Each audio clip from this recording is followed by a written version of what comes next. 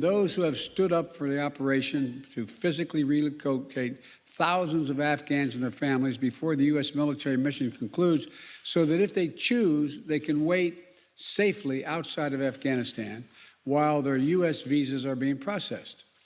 The operation has identified U.S. facilities outside of the continental United States, as well as in third countries, to host our Afghan allies if they so choose.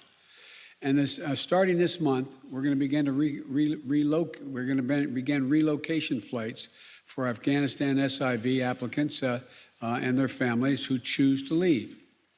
We have a point person in the White House and at the State Department-led task force coordinating all of these efforts. But our message to those women and men is clear.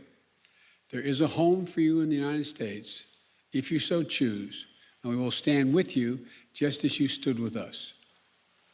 When I made the decision to end the U.S. military involvement in Afghanistan, I judged that it was not in the national interest of the United States of America to continue fighting this war indefinitely. I made the decision with clear eyes, and I'm briefed daily on the battlefield updates. But for those who have argued that we should stay just 6 more months or just 1 more year, I asked them to consider the lessons of recent history. In 2011, the NATO allies and partners agreed that we would end our combat mission in 2014. In 2014, some argued 1 more year. So we kept fighting. We kept taking casualties. In 2015, the same, and on and on. Nearly 20 years of experience has shown us that the current security situation only confirms that just 1 more year of fighting Afghanistan is not a solution, but a recipe for being there indefinitely.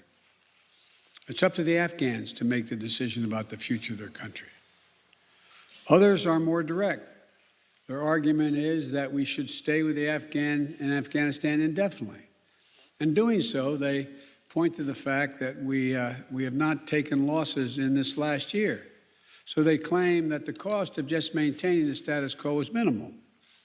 But that ignores the reality and the facts that already presented on the ground in Afghanistan when I took office.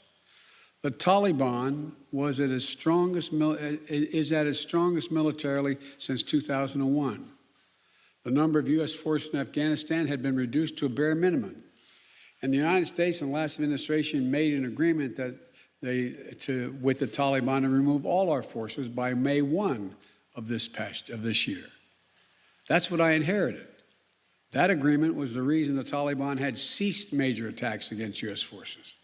If in April, I had instead announced that the United States was going back on that agreement made by the last administration, the United States and allied forces would remain in Afghanistan for the foreseeable future, the Taliban would have again begun to target our forces. The status quo was not an option. Staying would have meant U.S. troops taking casualties, American men and women back in the middle of a civil war. And we would run the risk of having to send more troops back into Afghanistan to defend our remaining troops. Once that agreement with the Taliban had been made, staying with a bare minimum force was no longer possible. So let me ask those who want us to stay, how many thousands more Americans' daughters and sons are you willing to risk? How long would you have them stay? Already we have members of our military whose parents fought in Afghanistan 20 years ago. Would you send their children and their grandchildren as well? Would you send your own son or daughter? After 20 years, $1 trillion spent training and equipping hundreds of thousands of Afghan national security and defense forces, 2,448 Americans killed, 20,722 more wounded, and untold thousands coming home with unseen trauma to their mental health. I will not send another generation of Americans to war in Afghanistan with no reasonable expectation of achieving a different outcome. The United States cannot afford to remain tethered to policies created in response to a world as it was 20 years ago.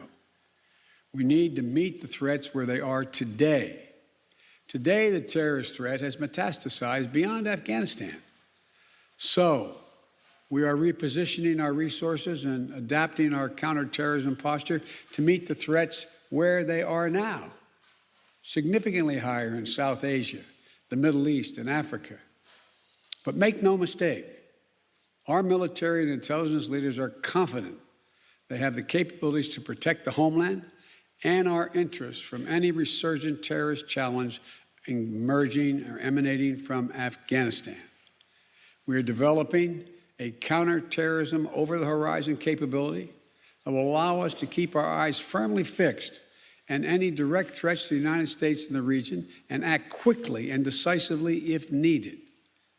We also need to focus on shoring up America's core strengths to meet the strategic competition with China and other nations that is really going to determine our future. We have to defeat COVID-19 at home and around the world. Make sure we're better prepared for the next pandemic or biological threat. We need to establish international norms for cyberspace and the use of emerging technologies. We need to take concerted action to fight existential threats of climate change. And we will be more formidable to our adversaries and competitors over the long run if we fight the battles of the next 20 years, not the last 20 years. Finally, I want to recognize the incredible sacrifice and dedication that the U.S. military and civilian personnel serving alongside our allies and partners have made over the last 2 decades in Afghanistan.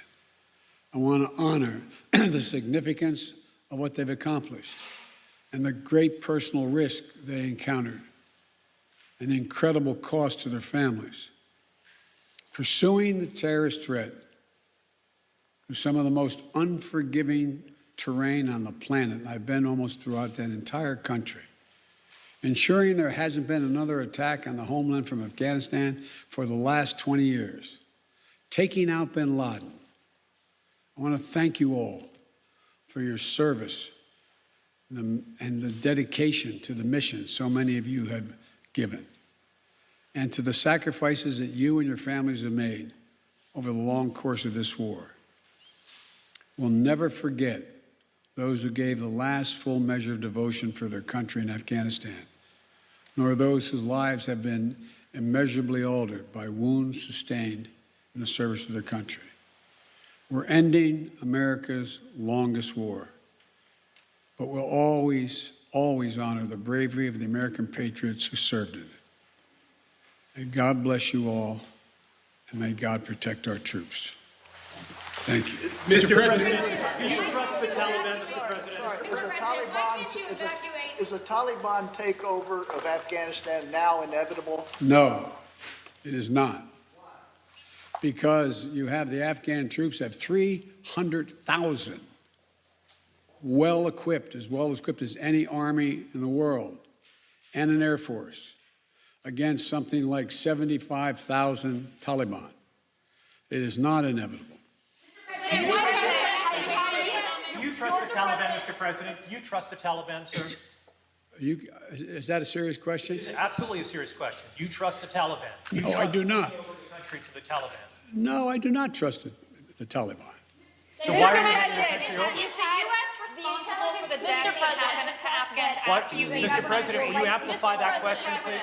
Will you amplify your answer, please, why you don't trust the Taliban? It's a silly question. Do I trust the Taliban? No.